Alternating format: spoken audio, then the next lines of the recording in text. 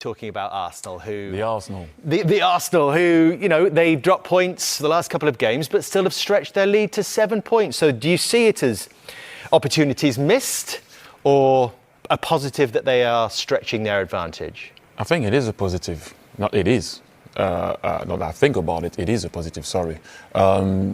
I thought at the time, yes, we dropped some points when it did happen, but then you see that obviously Villa is not winning against Everton, so you find yourself in a situation where if nobody wants to run with us, you have to take what you have to take. 7 points ahead, it's a massive advantage. And I know it could have been 9 and it could have been more, but you know, whenever I speak to some friends, when I speak to people, because you didn't see Arsenal cross the line for a very long time in the league, it's almost like, what do you mean you're 7 points ahead? You have two teams that can be in the top 4.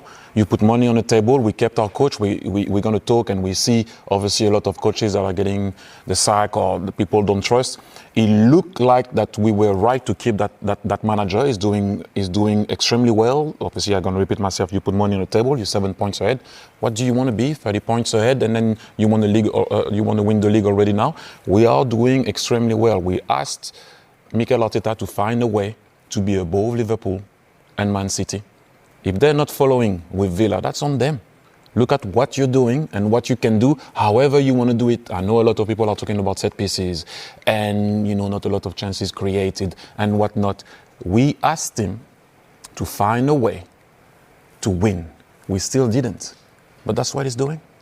They're getting closer to it, that is for sure. They asked him to find a way, and as Thierry says, they have done just that, because it wasn't so long ago. You don't have to go back too far. Across North London, Spurs were finishing seasons above them for 6 successive years. I didn't know that was an achievement. Well, it's not a trophy, but... Draws for Arsenal now. First time in 14 years that they have produced nil-nils in consecutive games. Did it feel like a missed opportunity at the weekend? 7 points clear now, but it could have been 9, couldn't it? Yeah, but I think when you're going for the title, if you gain an advantage over any weekend, it's a good weekend. You know, Manchester City lost, so they've gained a point. And Villa, really. I guess, yeah. And from Aston Villa as well. But Nottingham Forest is one of those games when you look at the league table that you go, you know, the team at the top should go there and win. It's a tough place to go. Sean Dyche knows his way around the Premier League. He knows how to make it really difficult for teams. I actually think his first game for Everton was against Arsenal. They won 1-0 at Goodison. So, against Mikel Arteta. So, when you go away to his teams, it's a tough place to go. I think Man City won there very late as well with the goal from Shirky. So, I wouldn't be getting too despondent as an Arsenal supporter on the back of not going to Nottingham Forest and win. They had enough chances. They dominated the game. They just couldn't get the ball in the back of the net. And if they are to lose out on the league, Arsenal, which I don't think they will, that is where they will lose it in terms of, you know, not scoring enough goals. It won't be certainly be to their end. Well, that is the Inter side of stuff. We are going to hear from Mikel Arteta a little bit later on this evening. But let's discuss their performance over the weekend then. Back-to-back goalless draws now for Arsenal in the Premier League. Did it feel like it was a missed opportunity for them against Nottingham Forest on the weekend? And I say that because now, especially with City losing, with Villa losing as well, 7 points clear, but it would sound better if it was a 9-point gap, wouldn't it? Yeah, you were spot on when you asked Jamie that, and obviously Jamie's answer was not, because at the end of the day, Villa lost and Man City lost, but I knew exactly what you're saying. It could have been, it's 7 points, it could have been 9. I think if it's 9, it's title over in my eyes. Really? Okay. Yeah, it's 9 points, I think it's title over. I don't think Arsenal dropped that much points, and Man City would have to win literally near enough every game from now, and Aston Villa now to the end of the season, and Arsenal dropped 3 games, so now I can't really see it. 7 points, they've still got to play each other. It's still in Arsenal's hands, and it's still a good point. It's a hard place to go to Nottingham Forest, especially when Sean Dyche sets his team up like that, to be hard to beat. They were dogged, weren't they? They were dogged, but that's what Sean Dyche wanted, because Forest haven't been like that. It's been a struggle for them, and yeah, there'll be question marks of what Arsenal they brought in all Gyökeres and all these other players, and they're still not scoring enough goals and not creating enough chances. But you can have games like that where the team frustrate you. You've seen it before with Nottingham Forest. It's not a worry about them not scoring goals and 2 goalless draws, because they're still 7 points clear. I think if the gap was closing, then I'd start worrying a bit more. But now, I still think Arsenal are favourites to win the Premier League. What do Arsenal need to do then? And more importantly, what does Mikel Arteta need to do with his side? Do they need to take more risks in games like that? Yeah, I think they are taking risks. The side they picked, they changed the wingers around. They didn't play Trossard or Saka. It was Martinelli and Madueke, but they got competition for places, and he's going to have to rotate. He's brought in a lot of players. He brought Eze on. I think Eze's come on only in the last couple of games. He come on for 12 minutes, and then previously only 11 minutes. And that is maybe you brought in a player like that to win you football matches like on the weekend, and you're probably only getting 12 minutes.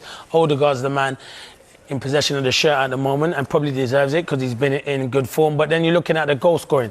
You brought in Victor Gyökeres to score goals, and at the moment he's not scoring the goals. And now you're going to have Kai Havertz fit, Gabriel Jesus. I like them two players, but it just looks like they don't have that natural number 9 who could score goals, and they thought Victor Gyökeres was the one, and at the moment he's not doing it. And I think people recognise in football that Brighton are one of the smartest football clubs in the way that they do things. They're often ahead of the curve. Do you think other clubs might learn from that approach? And I'm obviously talking about Chelsea, who continue to sign just young players, but might they actually benefit from some 34-year-olds, some 35-year-olds, some grey hair in the dressing room? Yeah, of course. And for me, it's so obvious. And you just mentioned, the famous line, you don't want anything with kids. People forget Man United didn't win with kids. They didn't. The reason that team won, and listen, the class of 92, what they went on to achieve, legends, all of them, some of them decent lads as well. But they had Cantona, they had Schmeichel, they had Steve Bruce, they had Roy Keane. These people got them through those, first couple of years. And then they become the leaders. And then there's people underneath them, younger players, Ronaldo and Wayne Rooney. And that's what you do need. Because when you're actually, I know we're getting to sort of Chelsea, but you do need those older, experienced players. You do, because not every player you bring in is going to work. Not every transfer is going to work. So the idea that you think you're going to buy a team of all young players and they're going to grow, the idea will be we'll grow over the next 3 or 4 years, and then what a great team we have. I don't think football's like that. Everyone's got the same plan. Oh, we're going to build, we're going to grow each year, we're going to get better. It doesn't work for everybody, and you do need those players. And when you go back to sort of Chelsea in the previous regime, when they won the Champions League, who was centre-back? Thiago, how old was he? Was he 37, 38 at that stage? He had a huge influence on that club as well. More on Brighton and Bournemouth to come before they kick off at 8 o'clock this evening on Monday Night Football. Thiery Henry here with Jamie Carragher, and we'll continue our weekend analysis talking about Chelsea and the impact of Liam Rossini, who's had 3 games in charge so far. Of course, you would have had a close eye on him at Strasbourg. What was your impression of him? What was the general impression of his football in France? In fairness, the impression of everybody, he did really well. He was one kick away. I don't know if you guys remember, against Le Havre, scoring that penalty to stay up and then stopping Strasbourg to go in to get into Europe, which he was the whole season. He disturbed a lot of teams. Paris Saint-Germain, I remember a game at the Parc des Princes where tactically the way he set up his team was very sound. High pressure, being on the ball, trying to create young team with intensity, the way they were playing. And also he's not shy to say what he thinks, and he's a bit of a character, shall I say. I hope we're going to see that a bit more, maybe here we're going to be able to talk about it. But he did ever so well. I wasn't surprised with the move. Okay. He decided to stay in the sidelines, or Chelsea, and he decided for him to stay in the sidelines for the Fulham game in the Premier League when he just arrived. So his first game was the Charlton game in the Cup, and then the Carabao Cup defeat when they fought their way back into it ahead of the second leg of that semi-final. And then he started in the Premier League, Jamie, against Brentford with a victory. So what did you see? What have you seen so far? I think there was 2 things that stood out watching all 3 games. A real emphasis on man-to-man marking, almost Bielsa-like, almost maybe Gasperini at Atalanta, yes, in Serie A. And with the ball, I would say there's almost an obsession at times to go through the centre of the pitch. It almost feels like it's an obligation for the players. You have to go through the middle before you're allowed to go wide. And I just picked a couple of clips from the Arsenal game and from the weekend, things that really stood out for me. Now, the man-to-man marking here with Fofana, I've never seen this before, with a centre-back who's the left-sided centre-back in a back 4, crossing over to the other side of the pitch and ended up on the right with Odegaard. So Odegaard started on the left, tried to drag Fofana over. Will he come with me? Will he or won't he? He does. And as I said, he's the left centre-back in a back 4. I've never seen that before. But there's a real emphasis on man-to-man marking right throughout the team, throughout. And again, this is where you can see Fofana. Shows you he was the left-sided centre-back in the back 4. But again, this sort of idea to always go through the middle of the pitch. Very De Zerbi-like at times, always going through those, sort of two pivots, or one of the strikers dropping deep. It was João Pedro there. And also, it's not just trying to play through team. It comes over to Tosin. Now, I would say most teams in world football will just play that to the left back, okay? But no, they want to go through the centre. They want to go through the centre before they go wide. But what Chelsea are going to need is more players like Enzo, who can receive the ball in tight areas, keep the ball away from the defender and turn. Listen, the masters at it, the players Thiery knew very well at Barcelona, Xavi, Iniesta, those type of players. But the more people watch Rosenior's Chelsea, the more they're going to be aware of this obsession of going through the middle. And it can cause you problems if you lose the ball there.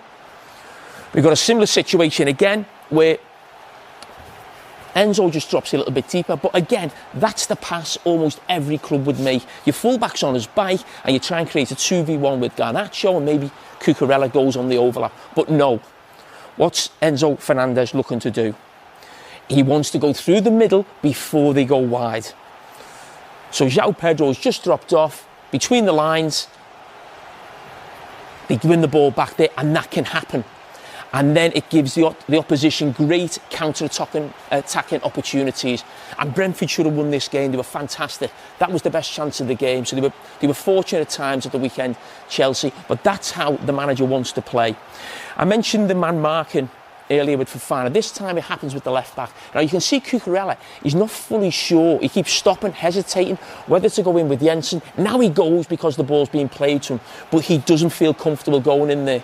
And I can understand why. I've been a defender myself. He's gone from left back all the way over to probably inside right midfield. He wants to come back, then he goes again. He jumps again because there's players on the ball. Again, he looks, can I go back?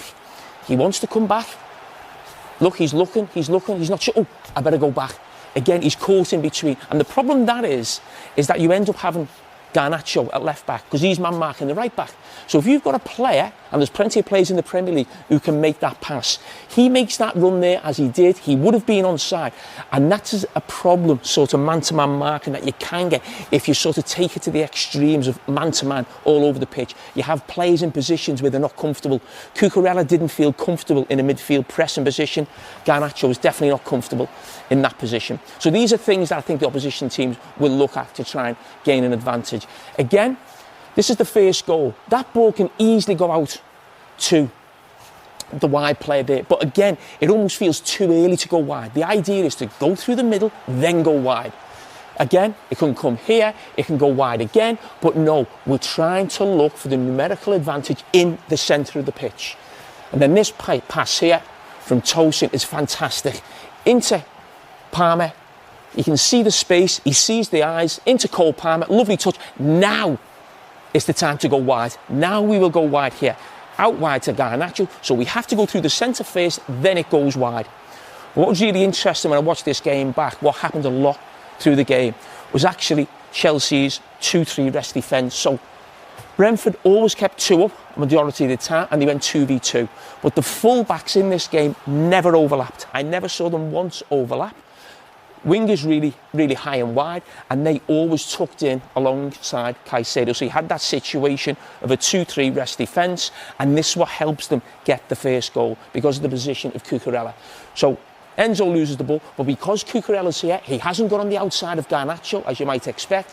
He's in that inside midfield position. He helps him win the ball back, and then João Pedro scores a brilliant goal.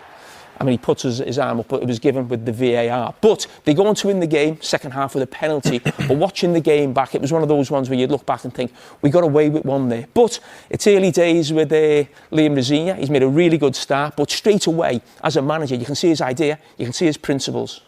And strangely, his first 4 games are in 4 different competitions. So it's Paphos midweek, and then we will watch them against Crystal Palace at Selhurst Park on Sunday, and you can join us for that. And Chelsea fans are really going to want to know, are those methods going to lead to them playing Champions League football next season? Are they going to finish in the top 4, the top 5? They're in a race with Manchester United, let's not forget, who have a bit more energy about them after their victory in the Manchester derby, brought about by the return of Michael Carrick to the dugout.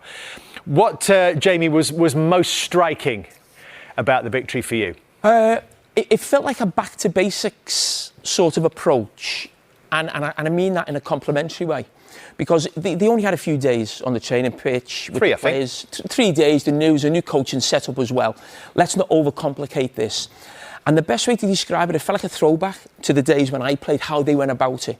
We've just looked at Chelsea, man-to-man press and man-to-man mark, and that is a big part of football now, certainly in the Premier League. But this felt like a throwback with Manchester United. It was almost a bit zonal, send the ball to one side, and then we go there. But when you talk about back to basics, what no one can stop you doing is running out of possession, and that was absolutely out of this world from Manchester United. And as I said, distance out of possession by Manchester United players this season. 4 of the top 5 were in the game against Manchester City, so that tells you exactly what this game is about. They were going to need energy against the biggest rivals, but the standout for me was Kobbie Mainoo, who I thought was fantastic in the game, alongside Casemiro, who was excellent as well, that real partnership together. But it wasn't just about running. What was the idea? So the idea for me, and I said when I say it was a throwback, but we've got the 4-4-2 zonal press. We've just seen Chelsea do man-to-man press. What's interesting, and we're going to get to this with Thiery later on, is Manchester City definitely made this easy for them because they never had any players between the lines, Thiery, and that's something we're going to get to later on with Bruno Fernandes. Between the lines, yes. But this is what we would have done. This is what Arsenal would have done in the past, right? So the idea is, okay, we're all in a zone. We start now, and what do we do? We're going to let the ball go to the youngest centre-back, or maybe the weakest centre-back, if you like, on his weak foot. So he's a right-footed player. He's on that left foot. Max Lane, young player, still learning his trade. So the ball's going to come here, and then we're going to press, OK? As the ball comes across, the thing to really look at is Kobbie Mainoo. And he had a role all day to look after Rodri in that midfield. So he was jumping out of central midfield. So what did that mean? A big problem for Manchester United over the last couple of years has been this man, Casemiro, left alone in the central midfield. So your midfield partners jumped to stop one of the best players in the world dictating the game. So this means Ahmad and Dorgu have got to get inside and get narrow. So we see it now as the ball comes in. It comes into the striker. He loses it, Haaland. He makes it to get back and tuck in. And look how narrow. There's Mainoo and there's Casemiro. That could easily land at the feet of Bruno Fernandes and make a counter-attacking opportunity. Another clip is exactly the same. We'll press this side. We've got absolutely no problem with the ball coming to Max Lane here. On his weak foot, stepping in. And again, the same idea. Kobbie Mainoo in with Rodri. Dorgu comes across. And you've almost, we talk about the diamond formation. We think of that with the ball. This is almost like a diamond press. You've got one of your central midfielders jumping out, but the big thing is your wide players. Look at Dorgu tucking inside and making it really difficult for Manchester City to play through their number 10s. And then they go long again on the weak foot, let him have the ball, play on his weak foot. But Thierry, Manchester United wasn't just about what they did off the ball, it was what they also did in possession. Yes, indeed. And when you want to play against Manchester City, you also need to be able to hurt them when you're on the ball. And the space that we were talking about, Bruno Fernandes will operate in between the 2 lines of 4, and Man City didn't do it so often. Look at the awareness of Fernandes. He can see that Mainoo dropped. Lisandro Martinez has a possibility of pass, so you have to help in the space, higher. So you can attract Rodri. Now the ball goes to Mainoo that came to play underneath him. We go on the other side. And if he wasn't, unfortunately for Dalot on that one, a bad pass, they would have had an opportunity to score.